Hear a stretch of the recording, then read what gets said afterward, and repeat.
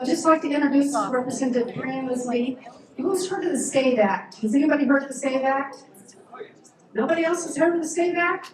Hey, Dan Counselor, did you see the raise of hand? Who's heard of the STATE Act? That's the problem. If there's only a handful of us in here, about 20% that have heard of the STATE Act.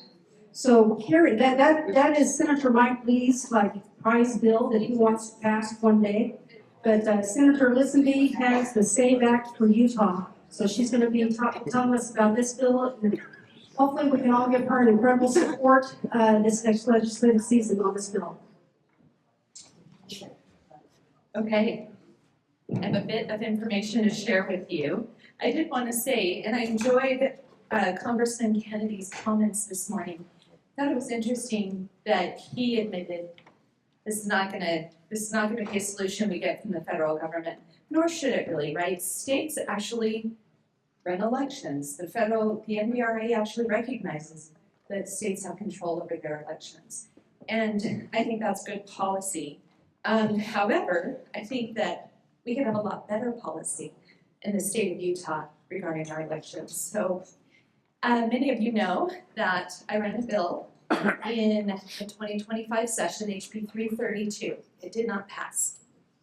But since the beginning of the year, as I was working on that bill that was aimed at maintaining our voter rolls and preventing non-citizens from voting in our elections, I've been surprised by the number of people who have approached me with stories, with information, just volunteering information about non-citizens on the voter rolls in Utah.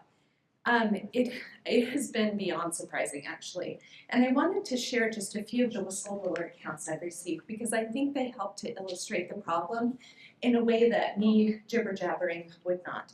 So, since the beginning of the year, let's see, I apologize, excuse me.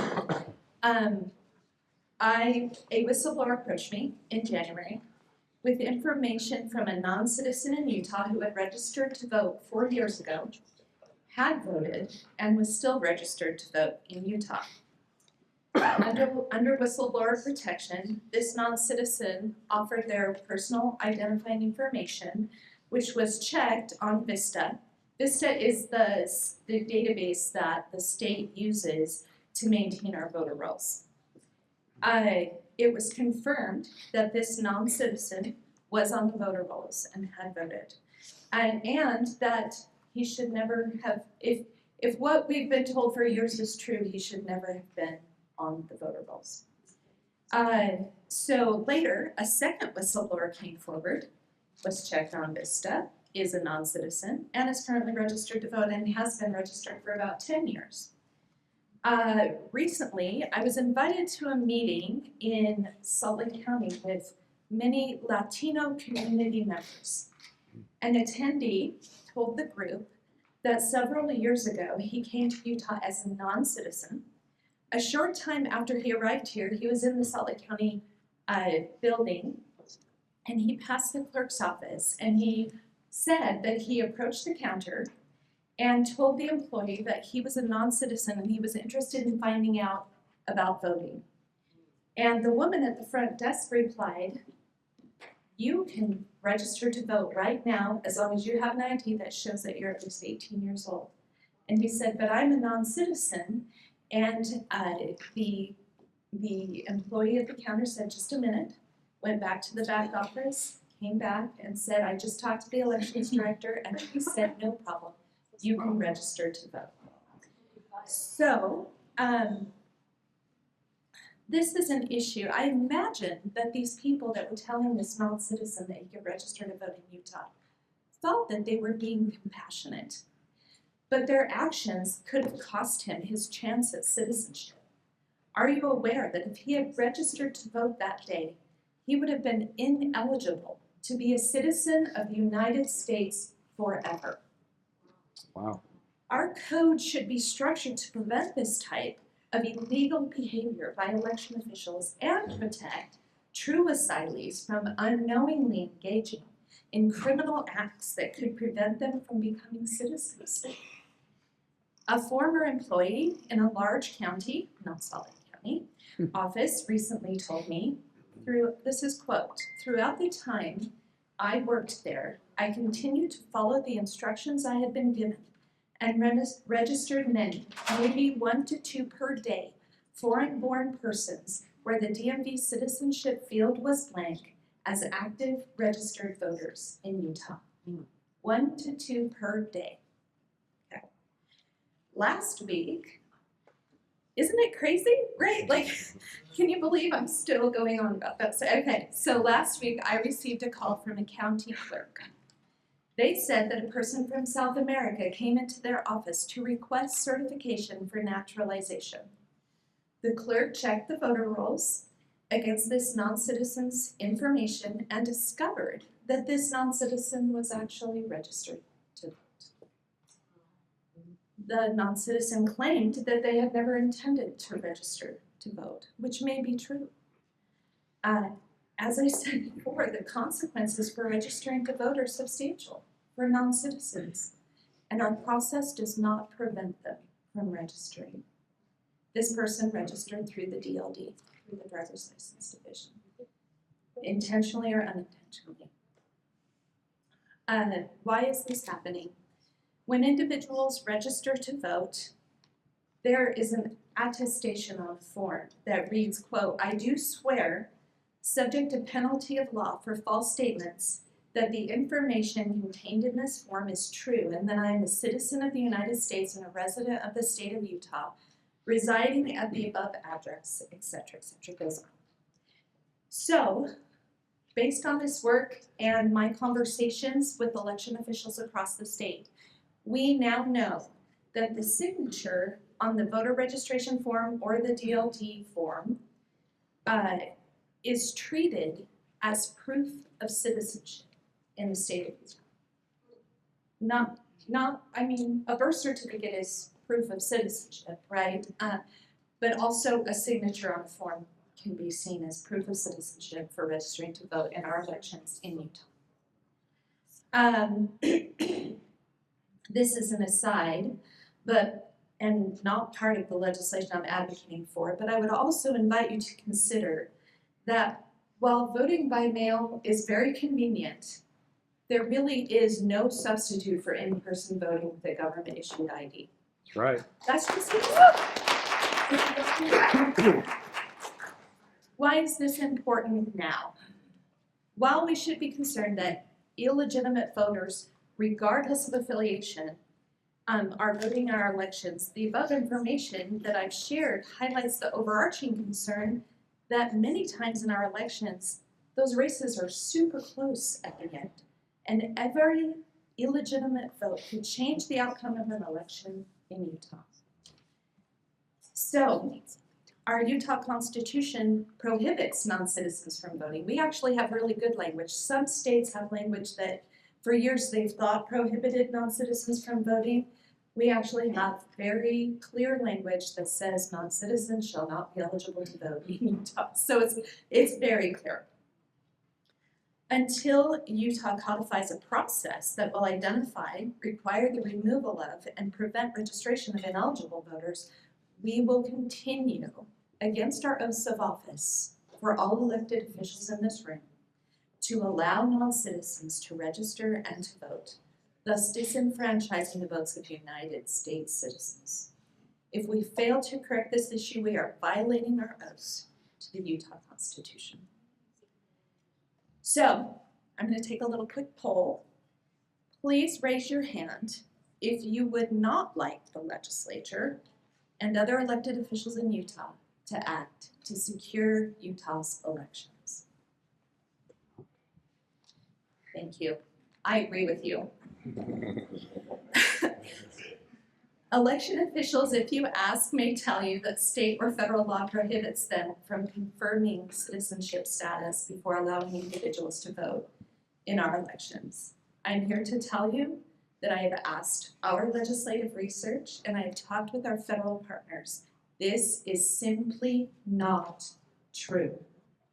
The process in HB 332, I hope, will be heard in special session in September so that as Utahns, we can guarantee that our elections will be secure. One last thought. I've asked our legislative attorneys and local and national advocates if there is any other way to secure our elections in Utah other than the process outlined in 332. Every single person I've asked has said no. The federal government isn't going to do this. It's time for Utah to do this. In addition, there are 4 other states that have passed this language, have adopted it, implemented it. It's been tested in the courts. It stands up every time it's time for Utah to adopt it, and I'm happy to take any questions.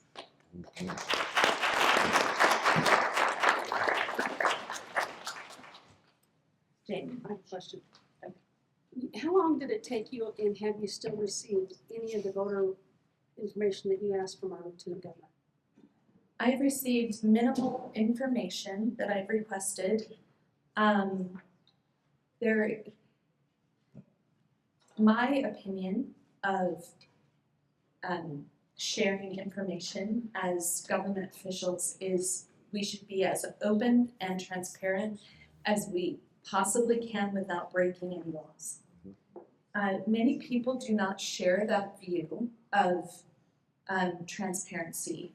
And so I'm still waiting for several data requests that I have on files 4 months with that office.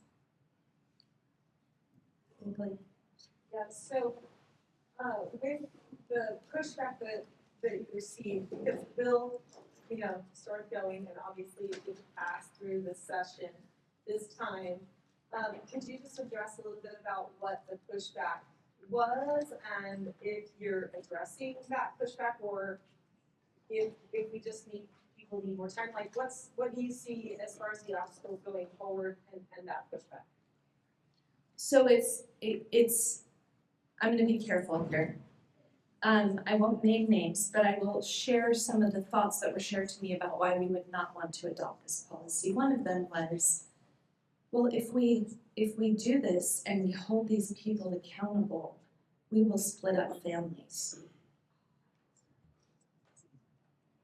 I think you heard plenty about, that sentiment earlier from the panel, so I won't elaborate.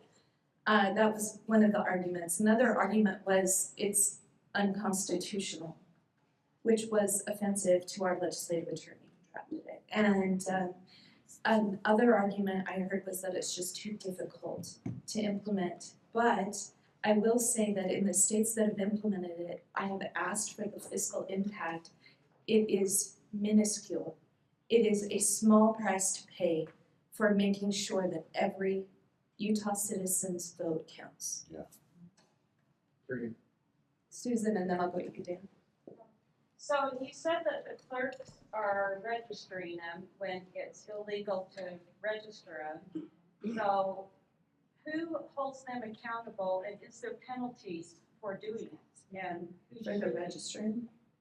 What? Yeah, you said the So they're clerks- registering them under guidance from our elections office. So it's legal if they say it is? It's a great question. So without a process spelled out in code, the interpretation has become, because we have an office that's in charge of elections, the interpretation is, well, I'm going to treat any signature under the attestation as proof of citizenship. It actually makes lots of people's jobs, including the clerks, easier because they don't actually have to verify citizenship documentation. It's very easy to do so though because a little over 90% of the people on our voter rolls are Real ID compliant. Now, there's about 66,000 Real ID holders in the state of Utah that are non-citizens. So there's that small population, and we don't know the crossover between people who have registered to vote, for intentionally or unintentionally, that are Real ID compliant ID holders who are also non-citizens. We don't know that crossover because I can't get the data. But We also know that there's then a significant percentage of voters who are not re-elected compliant, which means that they may very likely be non-citizen voters. And so that's the thing we're trying to address with this very specific process in code that, if followed, would require citizenship documentation to vote in our state elections. Dan, and then Aaron. Obviously, Senator's done a little bit of work on this one. If you, whatever data you need as far as financial impact, fiscal impact, we obviously have plenty that can show you the negligible impact, the issues that are inherent with going voter, things like that, PNP registration, things like that. We obviously have substantial part on that. But thirdly, whatever assistance you need from the senator's office, I can assure you get whatever I can. Thank you. That's very helpful. I appreciate it. Aaron? And then I'll go to you. Okay. So, And I'm sure, am I under time still? what is the current likelihood of the governor including that on the agenda of the September special session? Would that likelihood increase if we contacted our state house representatives and just found that it's really important that we push this and get this That's a great question. So I can't give a percentage on likelihood to you or likeliness, but I can say that I know that negotiations are ongoing and that there is a good chance. Any communication, obviously from citizens at any time to the governor's office and to Senate and House members is always appreciated and helpful. Yeah, thanks for doing this, Karianne. I used to chair the state Republican Party, and I can tell you some hard stories. I'll give you two to underscore how realistic what Karianne's talking about is true. There would be dozens of people that would get ballots that was mailed to one P.O. box, and the P.O. boxes happened to be Utah State Prison. And I had to fight the Salt Lake County clerk for 2 years to get them to stop doing that. I could not get support from anyone at the state level to come down on them and tell them to stop. So that was them purposely sending ballots to prisoners, which prisoners could not vote. Another example is sending ballots to group homes where you had adults with disabilities who could not even, and then whoever was in charge of the facility was filling out ballots. Now those are just basic, typical Democrat things that happen. Now you have about 30,000 people a year from 2009 to present that got the driving privilege card. And from that, you see how it then becomes the box is checked or they're using that card and then they somehow get eligible to vote. So if you're talking about 30,000 a year, that includes people renewing it. If you're talking about well over 100,000 potential voters that could be on the rolls that Karianne can get bottom. So you have to ask yourself, what's the resistance? Well, the resistance is what it is. It's what I always say, confusion is first cousin of conspiracy. So there's a clear conspiracy. So we have to support Karianne in trying to get to the bottom of it. What can we do to help you get to the bottom of it? Thanks, thank you. That's very helpful. I love that line because, yeah, confusion is the first cousin of conspiracy. That's great. Yes, certainly, I think everybody's interest is piqued and heightened when instead of opening the door and providing information, the door can get slammed, right? And so definitely, whatever you can do to communicate that you want clean election rolls in the state of Utah with your elected officials is helpful. And then just showing up and paying attention during government operations meetings when the House and Senate are meeting next Wednesday. I believe it's a morning meeting, so I think it starts about 8 or 8:30. and just showing that you're interested in this policy and making sure that we have clean elections. Bob? Thanks Rep. Lisonbee. I've got a question for you about HB 300, which I was in favor of. That one kind of morphed, but I testified for it. It's the one that we all had to put our driver's license number or social security number, the last four on our ballot. Do you think that's going to help a little bit with this? I'm just curious, and is the legislature going to get some data on that? Will it show, did it reduce voting, right? Did it do something? I'm kind of curious your thoughts on HB 300. So it may help. There's several issues, and probably Dan could also speak to this, but the verification process within our election system just verifies that a social security number is valid. It doesn't verify that it matches the person that's putting the number down, right?